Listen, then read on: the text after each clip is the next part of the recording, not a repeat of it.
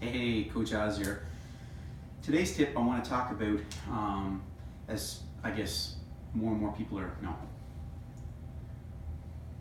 Hey, Coach Oz here. Most of you know probably by now that I'm big on, I guess, mobility, functional kind of strength, and just overall moving better so that you can clearly feel better. And here's an exercise that I think is quite creative and I guess dynamic in nature, that again you're kind of bridging the gap and not necessarily only isolating mobility exercises or just doing, say, strength and stability exercises for, say, posture or joint restoration or just helping you be moving better, things like that. But this is definitely an exercise that actually kind of really combines the two. And like I said, you know, to be strong, good, I guess, overall good strength, you want that kind of, no.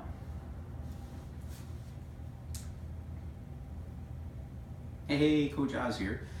Today's tip I want to talk about an exercise that really bridges the gap of mobility and strength and stability. And I think if you've been watching my videos for, I guess, for a period of time, that I'm big on mobility, but also big on strength and stability exercises, because really the bottom line is, I'm a big believer of, if you can move more efficiently and move better, then naturally you're going to kind of feel better. And yes, of course, nutrition and other aspects of your lifestyle play a big role in terms of how you feel. But at least from an exercise perspective, it's just about moving, or I should say exercising with purpose.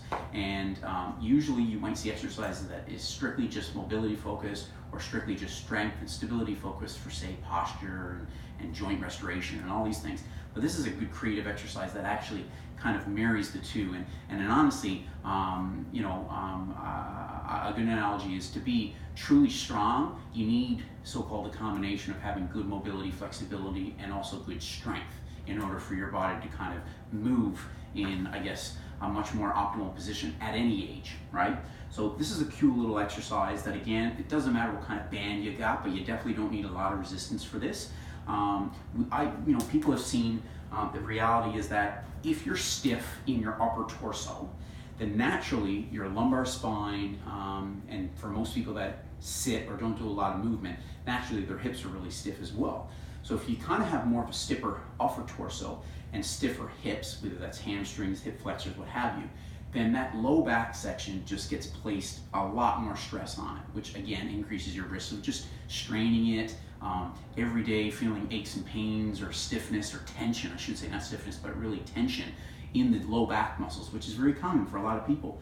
So a good way of helping to actually improve so-called mobility is also to incorporate control in that mobility. So here's a good combination of mobility and strength exercise. So all you're gonna do is set this band up, and from there you're on all fours, okay? You're gonna, almost like a yoga position where you're threading the needle, so-called, okay? And then from there, right, you're just allowing yourself to kind of rotate primarily your upper torso only, so nothing to do with your low back.